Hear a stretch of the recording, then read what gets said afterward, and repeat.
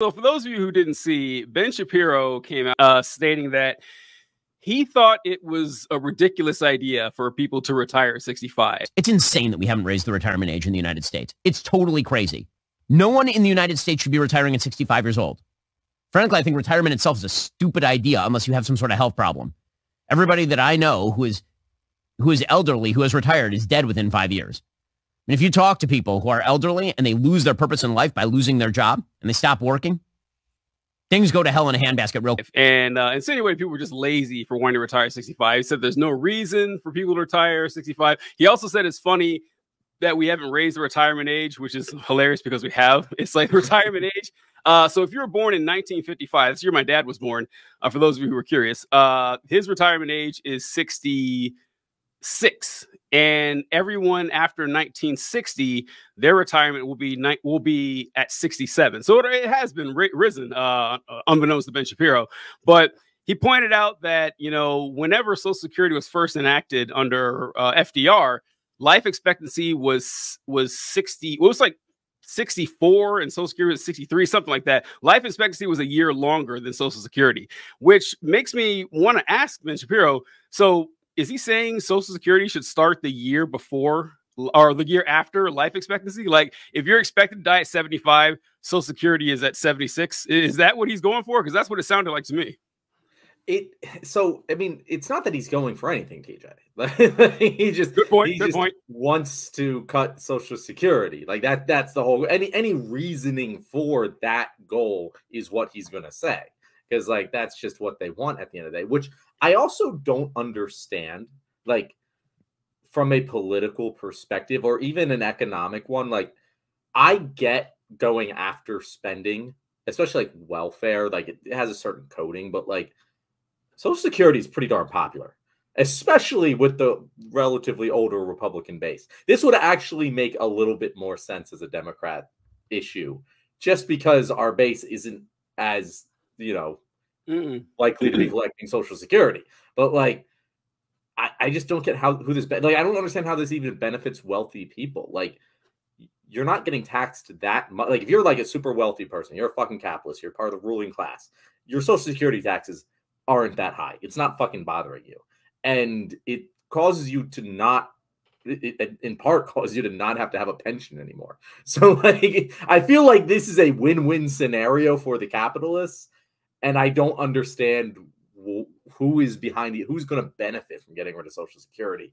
Maybe it's just clicks. I don't fucking know. I do. I have a pretty good opinion on why he or who happens benefits. First, I don't think this could work for Democrats, because even when Republicans say it couldn't. I'm just saying it would make more. It doesn't work. It doesn't make sense either way. But, you know. That's true. Well, so for the Republicans though, like remember Nikki Haley? She was saying a few months back that 65 is way too young for Social Security and that needs to be risen, but only for younger people. So the people who actually vote Republican, they're not going to be affected by this. Your Social Security is fine. The Social Security for younger folks, we need to go ahead and raise that. And that way they can keep their voters. And there's nothing old people love doing more than shitting on young people. So they're like, oh yeah, put those kids to work. Not me though. So we kind of benefit them that way. Also, I think that the push towards making people work longer there is an economic reason for it, is that they don't want to lose those workers in the workforce. They want more worker bees to help them make more money, because you're not making them more money sitting at home. So, you know, if you're a 65-year-old in the workforce, that helps the owner. A 65-year-old leaving doesn't really help them. So it's kind of and also as far as the taxation goes, because this actually ties into another tweet Ben Shapiro made about this, where he said that you either have to raise them to fix the Social Security problem and allow people to retire at 65.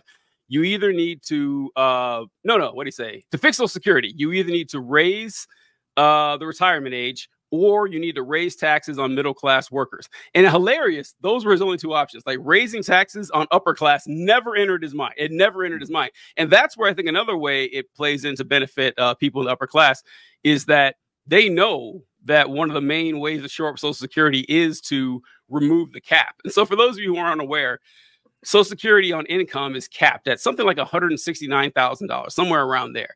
And if you make more than that, you don't pay into Social Security anymore after that. So like say I don't know, you're a CEO and your income is, 1.5 million a year, you only pay Social Security tax on roughly $170,000. And so it saves them a lot of money because opting out of that. So yeah, I can see why they would do this, because there are like marginal benefits in it for them.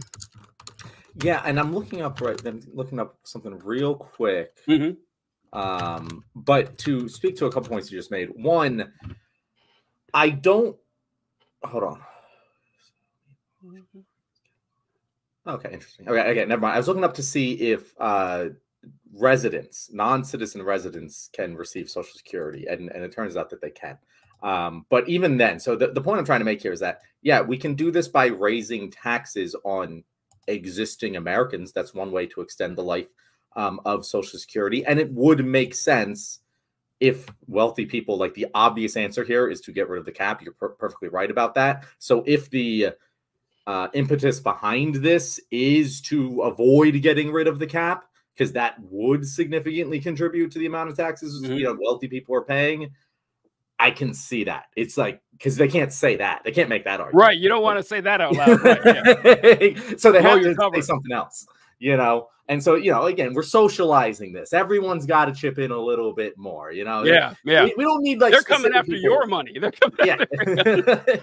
But I do have to say, like,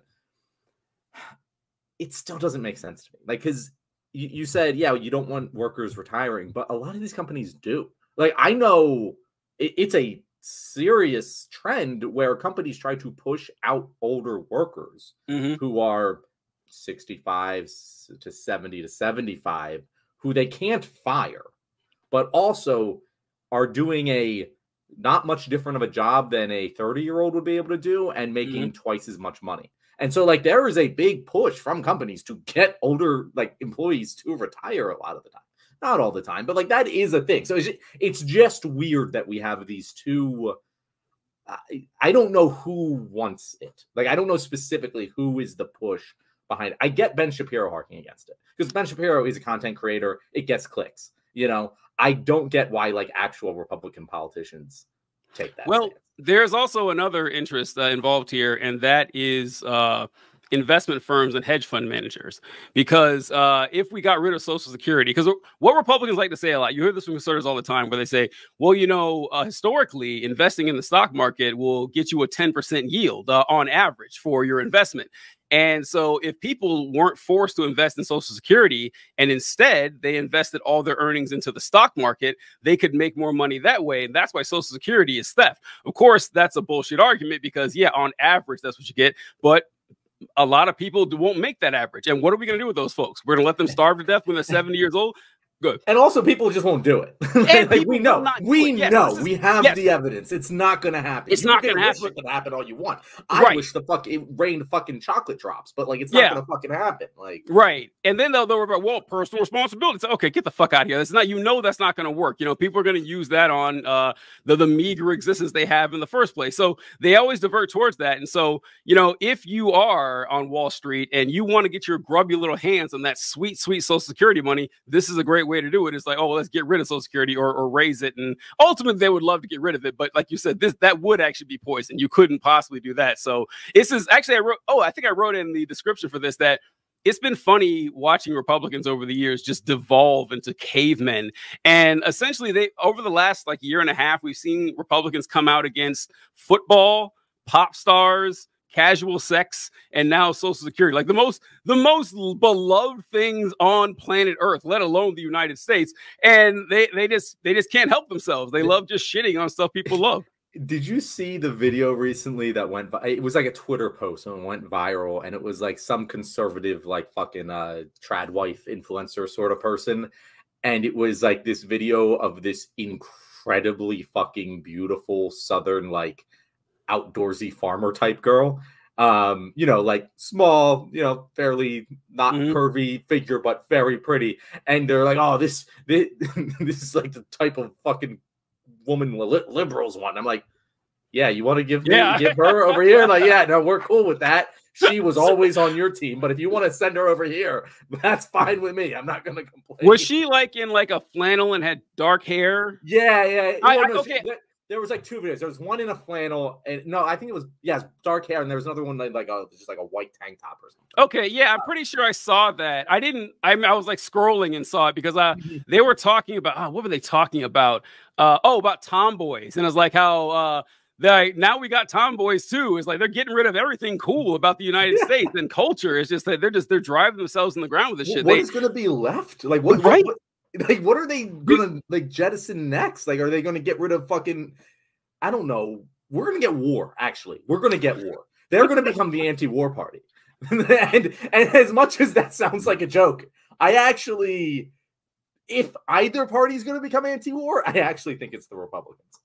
I mean, so it depends. It's just gonna depend which war. Like neither is going. Yeah, neither is. But yeah. If I were to put the betting odds on which one it would be, it's probably more likely to be Republicans, and that fucking sucks. To revert to this isolationist style philosophy. I can see that happening. I can see that happening. It's just that they're not going to be able to help themselves. Whenever Israel attacks Palestine, they're going to be on board. They are. There's certain people that they won't mind war going to because we need to save Western civilization, from the mongrel hordes. I can see them they're not going to be able to resist that, not for a long time at least. And it is just wild how this happens. I got off track of Ben Shapiro. I wanted to mention one more thing. Yeah, let's go back to Ben. Yeah, I want to mention one more thing. Is that so one of Ben's arguments was that something we talked about before, that people need some kind of purpose in life. That I mentioned that my dad, when he retired from the Army, he was like 42, 43 years old. And he was talking about how he knew people. This is like 20 years ago. And he said he knew people who would retire and just not do anything, and they die fairly quickly because, without something to do, people do tend to pass on. And so he went and started a business because he always wanted to stay active and everything. And Ben Shapiro mentioned this. He's like, well, retiring is actually bad for you because if you retire and you don't have any purpose in your life, you could die. And then immediately afterward, he said that, it's unfair to have the American taxpayers pay for someone's retirement because people could live up to 85 years now. It's not unheard of people to live that long. So you retire 65, you live 20 years doing nothing, and people are paying for it. It's like, okay, Ben, which one is it? Are they going to die in 5 years? Or are they going to be, sucking off the teat of the hardworking taxpayer for 20? You can't have it both ways, man. But like you said, the argument doesn't make any sense. So you're just, scattershot all over the place. And it reminded me of Steven Crowder. I'm sure you guys are familiar with him. But I remember Steven Crowder, I wrote this down a while ago. Steven Crowder talked about how he didn't agree with the idea of retirement. And he also brought the fact that retirement is mentioned nowhere in the Bible, as if that mattered at all. He's like, there's no concept of retirement in the Bible. It's just, I don't know, it's bad arguments and bad politics, which often go hand in hand, but rarely so starkly as you see with this retirement thing.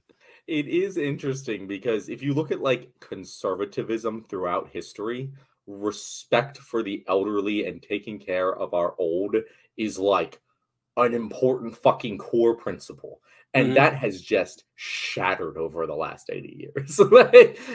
And honestly, we don't do it too much either, to be fair. Obviously we want things for everyone, but we don't specifically talk about, oh, we need to respect our elders, we need to take care of our elderly. It kind of just happens with all the other things we advocate for, but it's not really a core value for a lot of progressives. Whereas I would argue that for a lot of conservatives, that still is a core value, and which is why I say it's weird. It's just a weird position for them to take philosophically. That's not uncommon, but it's weird. Well, but the one thing you said I want to say, and then I'll throw it back to you, is that you definitely made the better point about how it doesn't make sense to both say retirement is going to kill you and you're living too long now. Yeah. You should be able to hear those sentences come out of your mouth and go, wait a second, those didn't make sense next to each other. But the other point here is, and why I always hate when conservatives say it, is the thing that Ben Shapiro is doing that gives his life purpose, anyone can do that after they retire. Yeah. Anyone, trust me, anyone can set up this fucking computer and get on this goddamn app and live stream something and talk into a microphone. Will you do it as lucratively as Ben Shapiro does? No, you won't. Will you do it as successfully as even I do? Probably not. But you can do it. It can give you purpose. When I was unemployed over the summer, this was the thing that gave me purpose. I spent more time doing this. and job searching. But like this is what I did. It gave me my purpose in life. I didn't have to have a job that was paying me in order to have that purpose driving me to get up in the morning. You know, it's just such a dumb thing that the only thing that can give us purpose is what the capitalist class pays us to do.